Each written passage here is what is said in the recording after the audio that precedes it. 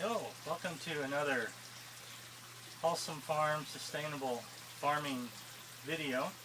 Today I want to talk about planting in aquaponic system.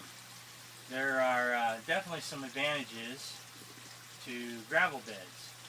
Now I started doing what I call combination or dual systems, where I use gravel bed as a filtration system and a raft bed as floating for growing lettuce and things like that. In 2009 is when I started doing this. And back then, and still even today, you'll see a lot on the internet where people prefer just to have raft beds. They don't want to do gravel beds. And it didn't make sense to me not to do gravel, because that's where all your filtration happens. That's where all the biological happens in the rocks. And it's just such a powerful impact. Now, truthfully, I don't think you can grow as much in a gravel bed as you can in a dirt garden, but it still has so many wonderful functions, and it grows so fast and is so abundant. I know, for example, a tomato plant where you might get 10 pounds of tomatoes in a dirt garden. In an aquaponics bed for the same plant, you'll get 40 pounds of tomatoes. So it is more productive, but on a commercial scale, I can tell you I don't make anywhere near the revenue off of gravel produce as I do in the raft. With the raft, the lettuce grows in 4 weeks, and you can put in so many of them that it's much more profitable, but I think they've got to go together. And today I want to show you what it's like to germinate in aquaponic, or to plant in an aquaponic gravel bed. And you'll find it's just so simple. Right now I'm going to plant some lettuce seeds. These are Nevada lettuce. You see, maybe you can tell, but I just got a handful of seeds here. And you just start sprinkling it over the rocks.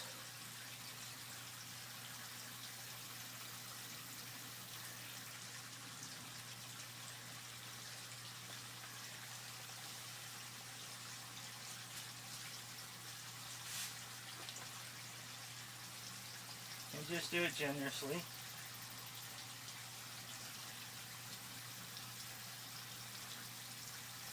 Okay, now once that's seeded, I just take my hand and I kind of just swish the rock around, working the seeds down in. Now, if you notice, the rock that I use here is crushed granite.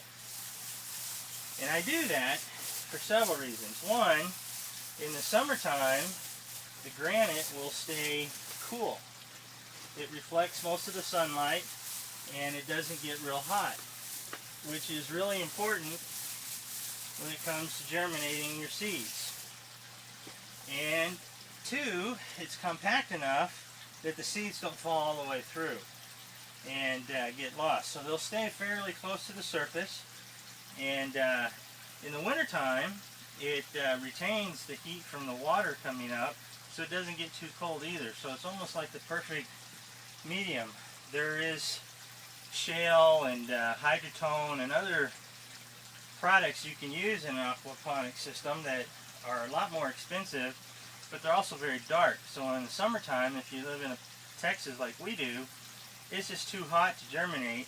And then hydrotone is so big, you can't germinate in hydrotone. The seeds just fall right to the bottom. So after I kind of work the seeds in a little bit, then I'll do it one time. This is the water coming from the fish tank. And I just kind of wet the seeds down, make sure any seeds that were still on the surface, they get washed in a little bit. And in the next 48 to 72 hours, all these seeds should start to germinate. That's as easy as it is. Now, I wanted to mention quickly, because I know hydroponics is huge and it's been around for many, many decades, and it's such an art and a science that it's quite a developed industry. In fact, when I was 15 years old, I worked in a hydroponic greenhouse setup. We had 3 very large greenhouses where all we did was grow tomatoes. And that technology is so well developed, but I think some of the downsides to it, now if you're already doing hydroponics, that's fine, at least you're gardening, that's good. But if you're thinking about getting into it, and I would try to encourage you to go do aquaponics versus hydroponics. Both systems will grow vegetables, but aquaponics does, Mother Nature grows these plants and these vegetables. The fish are the catalyst, and then their waste is broken down. There's all kinds of bacteria. It's as close to dirt farming as you can get as far as all the life and microbes and microbial life and bacteria and all that exists. And it's very, very, very nutrient rich.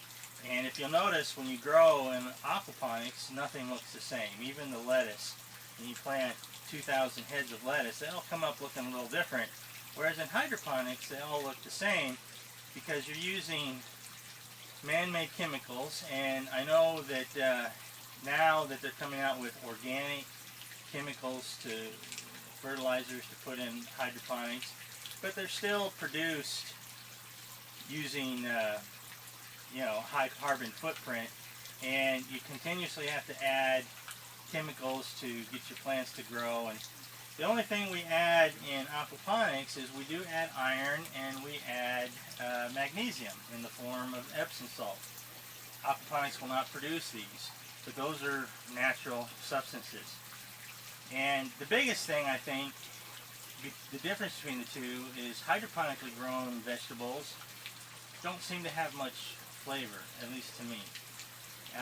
Whereas an aquaponic vegetable, I have people come and sample our vegetables all the time, and they just cannot believe the flavor. And that's the difference when Mother Nature puts in and the plant gets exactly what it needs instead of being force-fed. So again, if you're already doing hydroponics, fine, great, you're gardening, I'm glad for that. Anybody who gardens, in my thinking, is a step ahead. But if you're on the fence thinking which way to go, I would encourage you to look into aquaponics. It's a much more natural system. It takes, you have to take care of it just like you do in hydroponics. But and if you're afraid of the fish, just use goldfish. I mean, you can get them at the pet store for 12 cents a piece. You don't have to have tilapia. In fact, I don't use tilapia here. I did my first year, and they're just too hard to keep alive. 55 degrees they start to die, 85 degrees they start to die, and I just didn't see any point in heating and cooling water, so I've just gone all to catfish. And I'll tell you what, these catfish, they're so good. If you've ever eaten catfish, they're usually always fried because you're hiding the river or muddy taste that they have. These fish have none of that. In fact, my wife, when we make them, usually bakes the catfish, and they are so good. But anyway, the other big advantage you have in aquaponics is this ability to germinate. You can almost germinate any seed, and then it's easy. After about 2 weeks, the plants will be about 2 inches tall, and you can transplant them. We'll transplant these into the raft system, but you can put them in pots, you can put them in a dirt garden, you can put them in a wicking bed garden. Just the easiest way to seed. And what I like best, now these were packaged seeds that I bought, but if you can let some of your plants go to seed, the best thing to do is to take the plant and just shake it over the gravel, and those seeds seem to germinate even at a higher rate. And the children are always more adapted to their environment than the parents. So the more you can propagate your own seed, the better your plant will be. Your plants will be for your environment. So I hope you found this interesting. I appreciate you watching. This is Bob Hall with Sustainable Farming Video from Hallsome Farm. Thanks for watching.